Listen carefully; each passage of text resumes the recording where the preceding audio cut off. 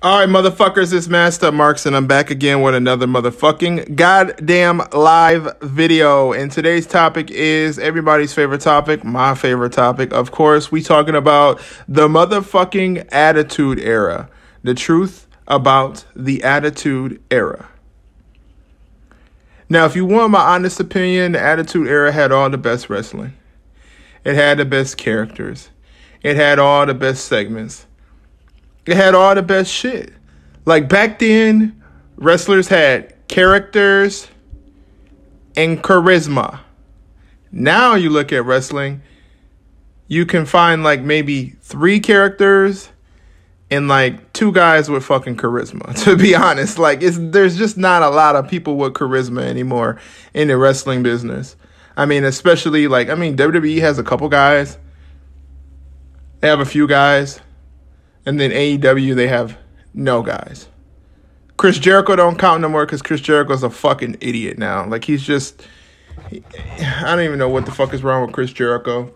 I gotta check a drink of water. I don't know what the fuck is wrong with Chris Jericho, especially with that shit yesterday with fucking Kalisto and the Brody Lee shit. Like, that's just fucking stupid. Chris Jericho, just shut the fuck up. Like, just appreciating somebody for once. God damn.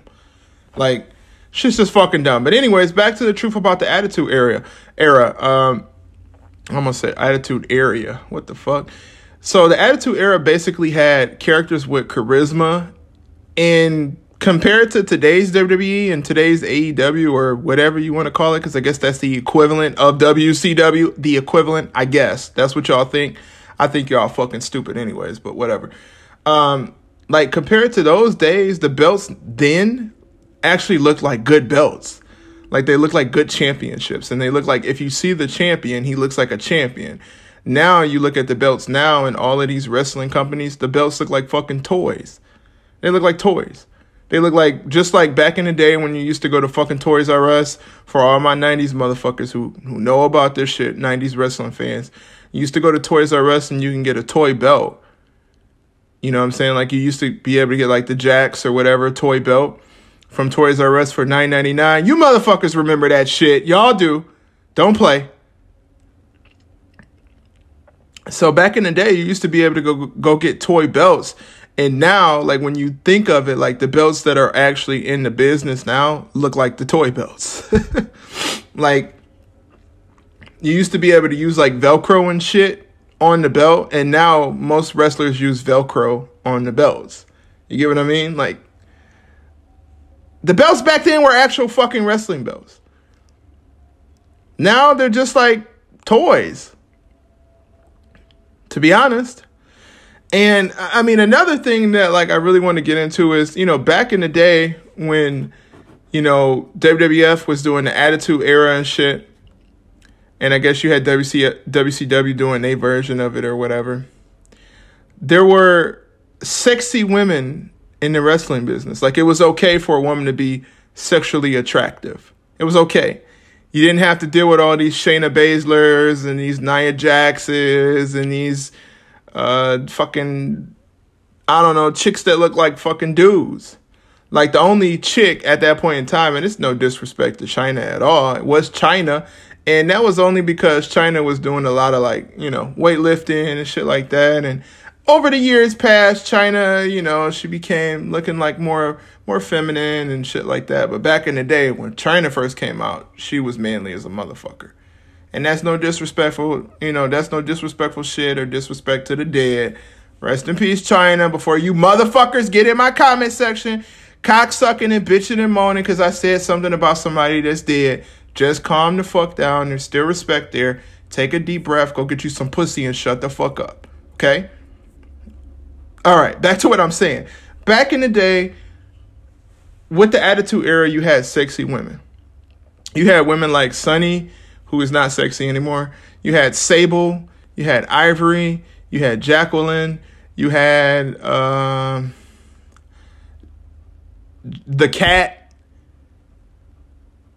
You had that chick that used to roll around with fucking X-Pac. I don't even fucking remember that bitch's name, but I did see in the interview that X-Pac said that Said something about some hairy pussy. I think he was talking about Lillian Garcia. She had a hairy pussy. I can't remember. I really don't fucking remember. Don't give a fuck. Whatever, fuck it. Yeah, but them bitches had some hairy fucking coochies. Whatever, that's cool. But yeah, the women back in the days was more sexy compared to the women now. Now they just like man-faced bitches. They don't even want men to be sexually attracted to any type of woman that's on the television. Why? I have no fucking clue. It makes no sense. But SJWs get what they want. Man-faced bitches rule, I guess. Whatever.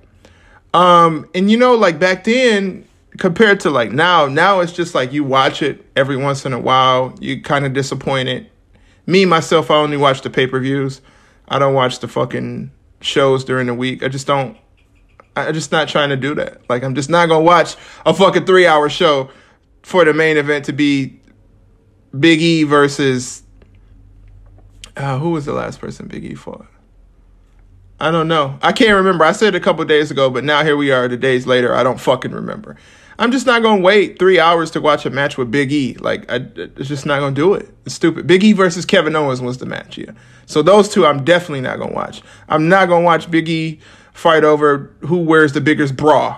You know, like, because that was like a bra and panties match, because it was like who wears the biggest bra, fat ass Owens or fucking goofball ass Big E. That's beside the point. Back to what I'm talking about. Like, that shit back then, that shit was must-see TV. Compared to now, it was must-see TV, and there was no filter. People could say what they want, but of course it was the 90s, so of course you could say a little bit more of what you wanted back then compared to now, because now you can say the smallest shit and you can get canceled for it, because, you know, SJWs, they rule and they control the world, and the social justice warriors always get their fucking way, as always. But there was no filter, and there was must-see TV. Like, you wanted to tune into fucking Raw. You wanted to tune into SmackDown. I don't know how many people really gave a fuck about like Heat and Velocity and shit. I think Velocity is later on down the line, and I think Heat might be 2000. So it might not be in the classified 90s, 98 through 99, or 97 through 99 Attitude Era shit. Like early Stone Cold, early The Rock, early Triple H. But whatever. The shit was still must-see TV. And there was no SJWs or no fucking crackheads just complaining about people saying what the fuck they want on TV. And people didn't take too much offense to what goes on. Like, it was just whatever. It was just must-see TV. You watch the shit. You enjoy the shit. You talk about it with your friends. You bullshit about it. And, I mean, they just had a fucking, like, if you look at the lineup, and I heard AEW compare their lineup to the old Attitude Era. WWF, back in the Attitude Era, had Mankind, Cactus Jack, Dude Love. That's one fucking guy, Mick Foley. They had Triple H and DX, Billy Gunn, X-Pac, China, and Shawn Michaels in the earlier part of it. And back in the day, that had motherfucking kids just telling their teacher to suck it and doing the chop. So, like, that's like historic fucking wrestling shit. Then you had The Rock, who is the most charismatic wrestler, or probably charismatic human being next to, I guess maybe you could say like Ric Flair or some shit like that has ever stepped in the ring. And you look at The Rock now, he's a fucking movie star. He's big money Rock, fucking legend in wrestling. You had people like fucking Kane and Gangrel and The Brood, Christian and Edge, the Hardys, because I think the Hardys early on in the Brood was a part of the Brood, and then it transitioned, or wait, was it the other way around? I can't fucking remember. I think it's the other way around. I can't remember too much. No, I think the Hardys was first, and then the Hardys, they went and they started hanging out with Michael Hayes, I think. Michael Hayes started managing them, and then Edge and Christian went to the Brood for a little bit. Whatever. It could be the other way around. That shit was fucking 15, 20 years ago. Motherfucker, fuck that shit. We know what's up.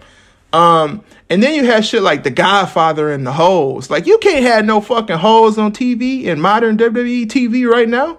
You could barely have a bitch in a bikini on fucking TV right now before feminists and SJWs start complaining on fucking Twitter. And women like to do shit like that. Women like to feel sexy. They like to put on bikinis. They like to model. They like to dance. They like to do shit. Like, What's the problem with that? Why can't sexy women be in wrestling? Why do I have to just look at fucking Shayna Baszler's old fucking potato face ass? I don't want to look at that shit. That's why people like Mandy Rose is popular. Toxic Attraction is popular. That's why those type of people are popular.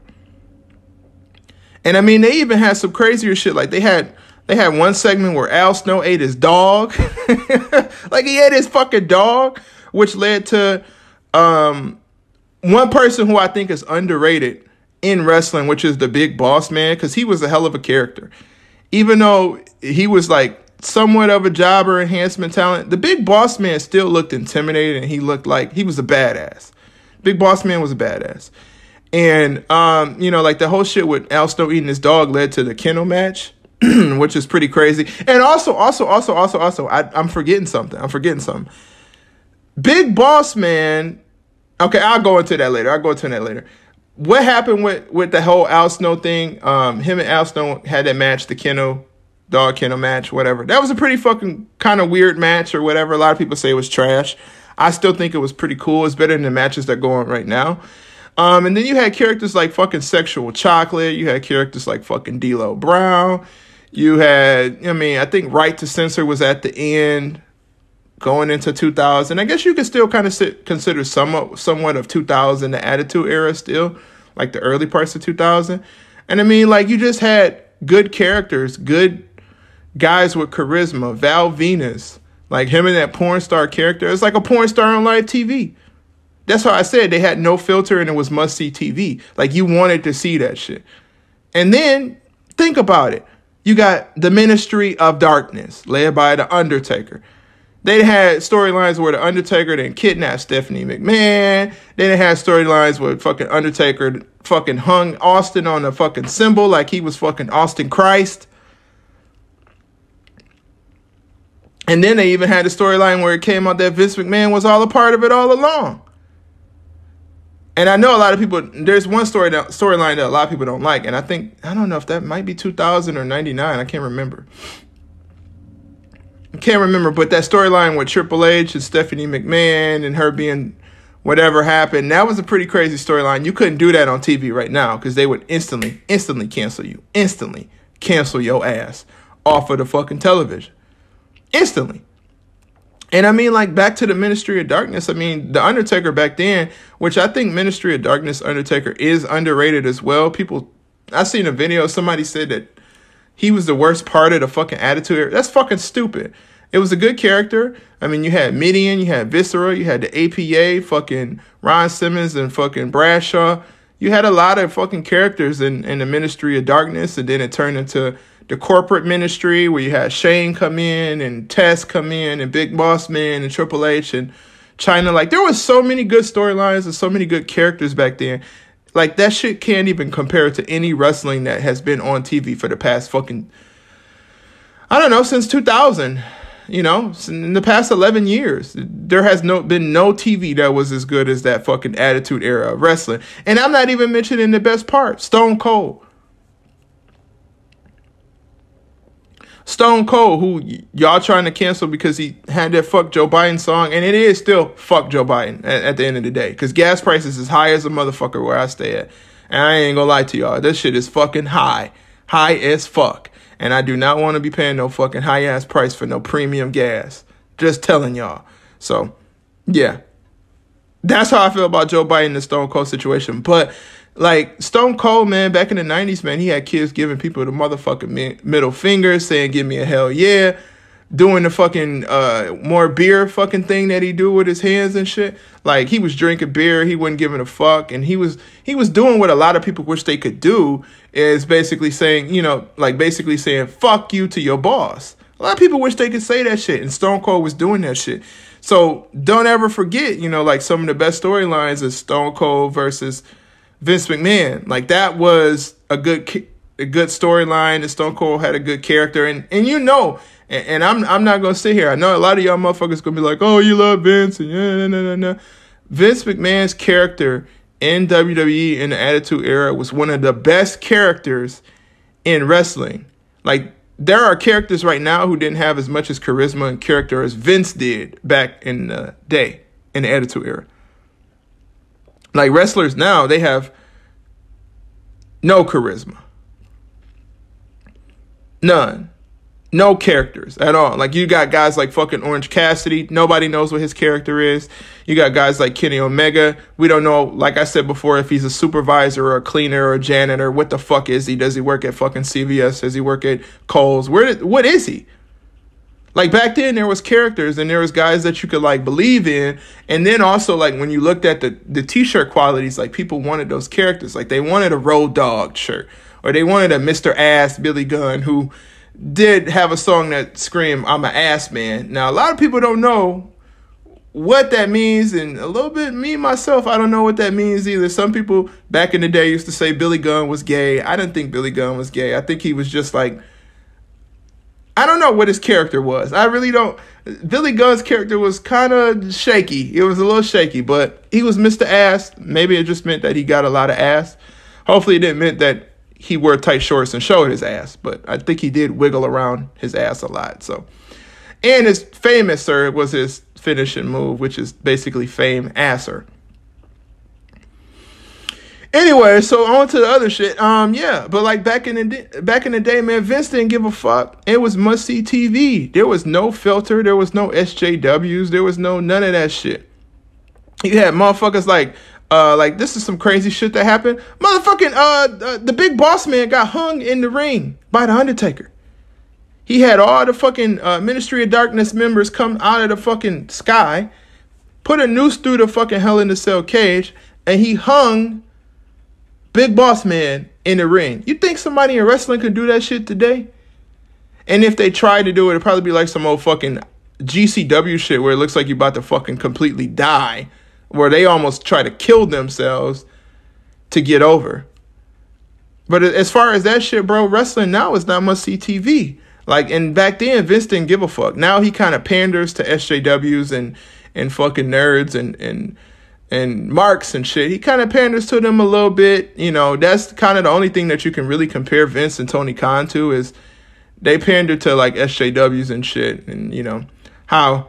You know, like for instance, like look at Tony Khan right now.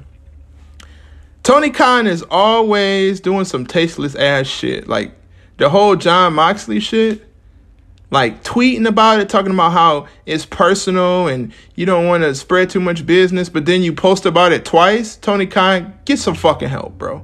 Get some help, man. Get some help. Put the weed down. Put the PCP down. Put the ecstasy down, Tony Khan. Stop hanging out with Kenny Omega and letting them lick your booty. Get your head right, Tony. You're supposed to be a supervisor, fucking manager, owner, CEO. What the fuck are you doing? Quit tweeting. But back to what I'm talking about. The truth about the Attitude Era is it was the best era of fucking wrestling. And it had the best characters. And it had the best storylines. Some of the storylines were kind of fucking silly, but it was still must-see TV. And you had so many legendary legends come out of that. Mankind, Triple H, THEROK, STONECOLD, Kane, Undertaker. And I mean, of course, you had some jobbers like Steve Blackman and Al Snow and whatever. Like, what's his name? Taco Michinoku or some shit like that. Or I can't remember. It's Funaki. Like, you had guys like that who are fucking jobbers. But, I mean...